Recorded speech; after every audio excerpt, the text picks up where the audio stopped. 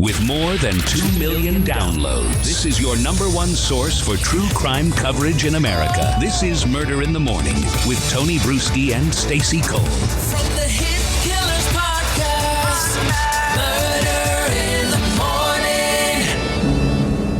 Morning. I tell you, literally, I haven't seen a case like this where almost every hour there's new, bombshells dropping everywhere.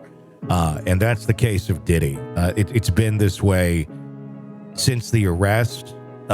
Just everything is coming out of the woodwork, and I think we're only just beginning to scrape the surface here. Another woman has come forward with serious allegations against music mogul Sean Diddy Combs, adding to his mounting legal troubles. The lawsuit filed on Tuesday, the 24th of September in 24. Thalia Graves claims that Combs and his former bodyguard, Joseph Sherman, drugged, bound, and raped her in the summer of 2001.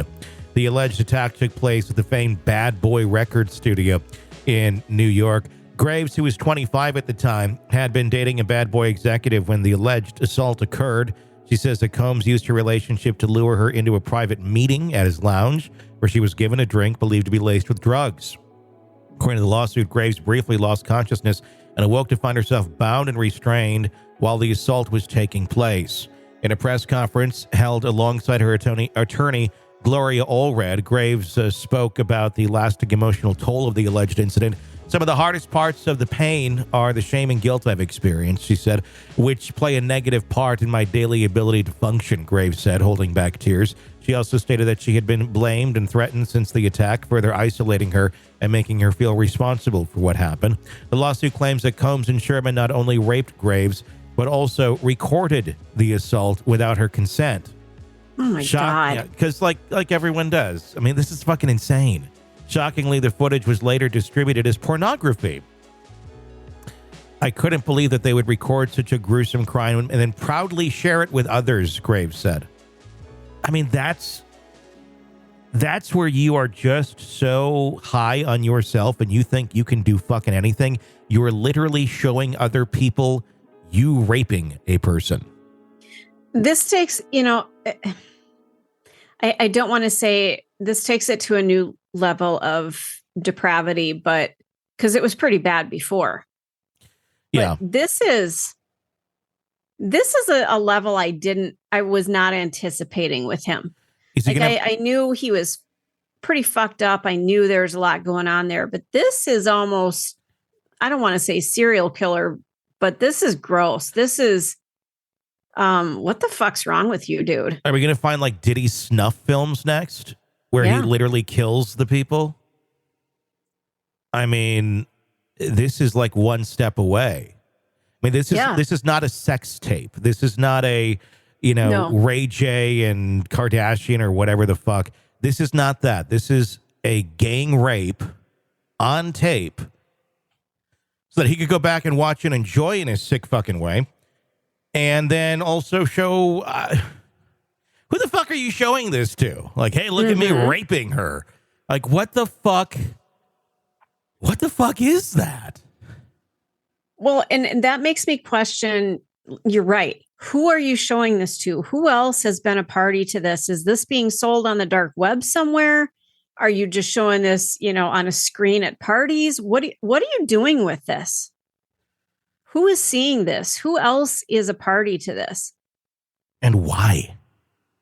That's the bigger question, isn't it? Why the fuck? I mean, look at me committing a heinous crime. I think most people would look at rape and go, this is a heinous crime. I don't think there's really many areas, unless you are a crazy fucking convicted rapist or I don't know. There's just not a lot of people I think they're going to go, oh, you rape her? Oh, let's see that video. That's fucked up. Yeah. Beyond fucked up. Yeah. The case is just the latest in the series of legal troubles for Combs, who was arrested earlier this year on federal charges related to sex trafficking and racketeering. Federal authorities are currently investigating a broader criminal enterprise linked to the star, with some charges involving human trafficking. His properties in Miami and Los Angeles were recently raided by Homeland Security as part of the ongoing probe. Graves' lawsuit follows several others. It's the 11th one of allegations of sexual misconduct against Combs, including the widely publicized case from Cassie Ventura. She filed it in 23 after years of abuse, and he denied it. And then the tape came out. I was like, oh, well, yeah, it is true. In the wake of the allegations, Combs remains in federal custody awaiting a trial. Graves expressed relief that Combs is behind bars, but emphasized how challenging the legal process has been for her and others. It's been an uphill battle, and I'm finally starting to feel like I have a voice. Combs' legal team has yet to issue a formal response to the new lawsuit, but they have consistently denied previous allegations of wrongdoing. Yeah, it just goes on and on and on. It's, I don't know. I don't know. I'm still being surprised by things that I'm learning about in this.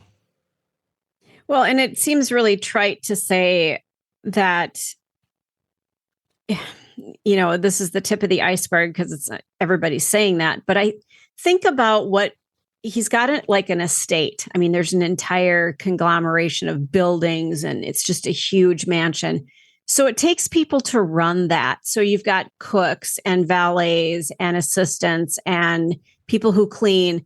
All of these people, you know, have seen what goes on there.